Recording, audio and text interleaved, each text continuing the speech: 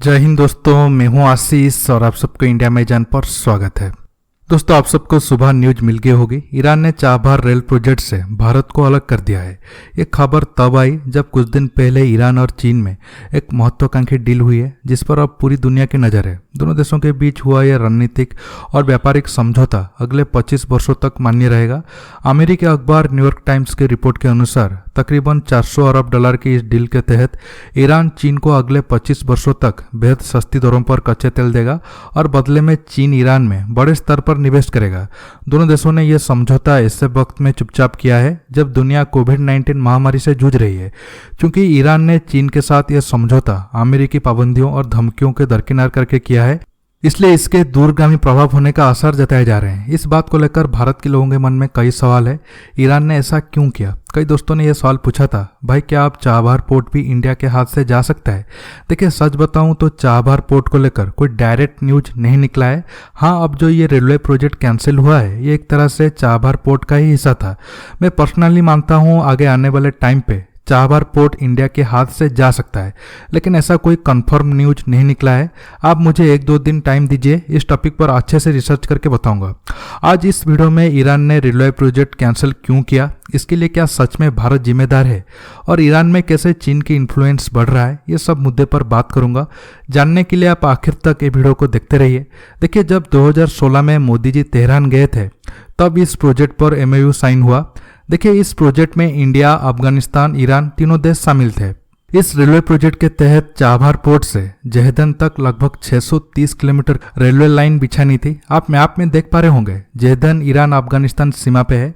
ये railway line बिछाने के मकसद ये था, चाबहार से जहेदन और यहाँ से काबुल या फिर दूसरे अफगान शहरों तक जरूरी सामान पहुंचाया जा सके।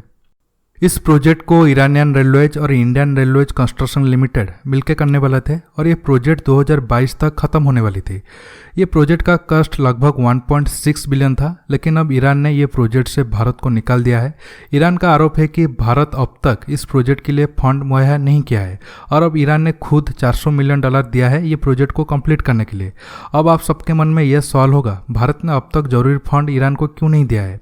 ये बताने से पहले आपको बता दूं कि क्या ये रेलवे लाइन काम पिछले 4 साल से ही बंद है, क्योंकि 2016 में MOU साइन हुआ था।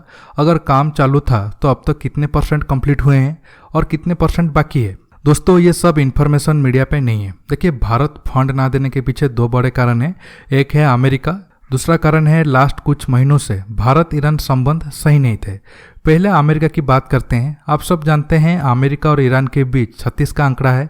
अमेरिका काटसा के थ्रू सबको धमकी दिया था ईरान से कोई भी देश क्रूड ऑयल ना खरीदे। भारत ईरान से सबसे ज़्यादा तेल खरीदने वाला देशों में शामिल था, लेकिन कम करते करते आज ईरान से ना के बराबर तेल खरीद रहा है।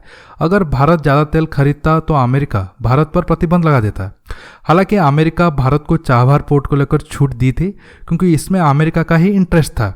अमेरिका भी चाहता है अफगानिस्तान को फायदा हो, इसलिए वो ज़्यादा विरोध नहीं किया था। लेकिन बात तब ज़्यादा बिगड़ी जब इस साल की शुरुआत में अमेरिका ने सुलेमानी को मार दिया और ईरान और अमेरिका के बीच तनाव काफ़ी बढ़ गया।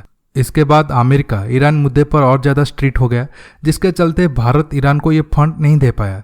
इस बात को लेकर ईरान भी भारत से नाराज हुआ। ईरान चाहता था भारत अमेरिका के खिलाफ उसके साथ दे। देखिए, ये पॉसिबल नहीं है, क्योंकि आज से 20-30 साल पहले अमेरिका भी भारत का दुश्मन था, तो इस वजह से ईरान और इंडिया की बॉन्डिंग अच्छी थी। लेकिन अब की जरूरत के हिसाब से अमेरिका और भारत दुश्मन कम, पार्टनर ज़्यादा है।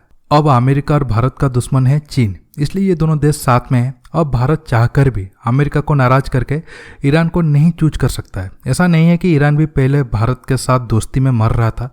जब भारत ईरान से ज़्यादा क्रूड ऑयल खरीदता था, तब भी ईरान कश्मीर पर उल्टा सीधा बयान देता था।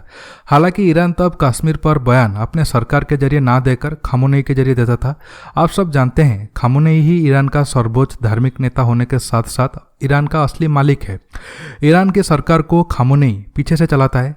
देखिए, अब जब भारत ईरान से बिल्कुल ऑयल खरीदना बंद कर दिया, ईरान फिर से कश्मीर और दिल्ली दंगे को लेकर उल्टा सीधा बयान दिया, जिसके चलते भारत ईरान संबंध और खराब हुए।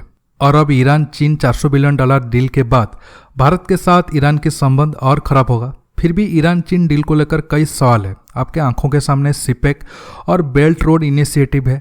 ये सब प्रोजेक्ट फेल होने के बाद उम्मीद बहुत कम है ईरान को ये डील से कुछ फायदा होगा। हाँ, शॉर्ट टर्म में ईरान को कुछ फायदा हो सकता है, लेकिन लॉन्ग टर्म में ईरान पाकिस्तान, श्रीलंका और अफ्रीका के कुछ देशों की तरह कर्ज जाल में फंसकर चीन का गुलाम बनेगा।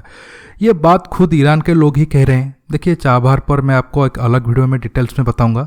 आज की टॉपिक में बस इतना ही। ये वीडियो आपको कैसा लगा नीचे कमेंट करके बताइए।